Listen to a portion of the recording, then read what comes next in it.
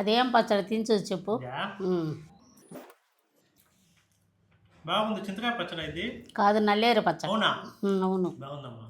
నల్లేరు పచ్చడికి కావాల్సిన పదార్థాలు: 50 గ్రాములు ఎండుమిరకాయలు, వెల్లుల్లి, జీలకర్ర 1 స్పూన్, నువ్వులు 2 స్పూన్లు, నిమ్మకాయ సైజు అంతా చింతపండు తీసుకోవాలి. వేడి నీళ్ళలో చింతపండు నానేసుకోవాలి. బాండి పెట్టుకొని బాండి కాలినాక పప్పు వేపుకోవాలి. మినపప్పు కొంచెం దోరగా వేపుకోవాలి.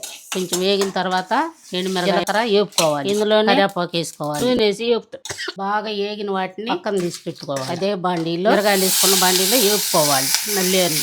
ఈ నల్లేరులో కడిగి పెట్టిన నీళ్లు బాగా ఇనికిందాక వేపుకోవాలి. నీళ్ళంతా ఇనిగిపోయిన తర్వాత 2 గంటలు నూనె వేసుకోవాలి. నూనెలో బాగా సిమ్ములో మంట పెట్టుకొని చిన్నగా నూనెలో యాగనివ్వాలి. నల్లేరు ఉడకటానికి చాలా టైం పట్టింది. నూనెలో బాగా మగ్గినాక వెల్లుల్లి, అల్లం ముక్క వేసుకుంటున్నాను. ఈ చెన్నెలపై వేసాం కదా, 5 నిమిషాలు మగ్గనిచ్చి ఆఫ్ చేయాలి స్టవ్. నల్లేరు పచ్చడి కోసం వేపుకున్న వాటిని మిక్సీ పట్టాలి. మిక్సీ పట్టే ముందుగా ఇందులో 2 స్పూన్లు ఉప్పు వేసుకోవాలి. ఇలాగా మిక్సీకి పట్టాలి. మిక్సీ పట్టుకున్నాం కదా, ఆ పొడిలోనే నూనెలో వేపుకున్న నల్లేరు, వెల్లుల్లి, అల్లాన్ని వేసుకోవాలి. దీన్ని కూడా మిక్సీకి పట్టుకోవాలి. నానబెట్టుకున్న చింతపండుని శుభ్రంగా వడకట్టుకొని అందులో పోసుకోవాలి. దీన్ని కూడా మిక్సీకి పట్టుకోవాలి.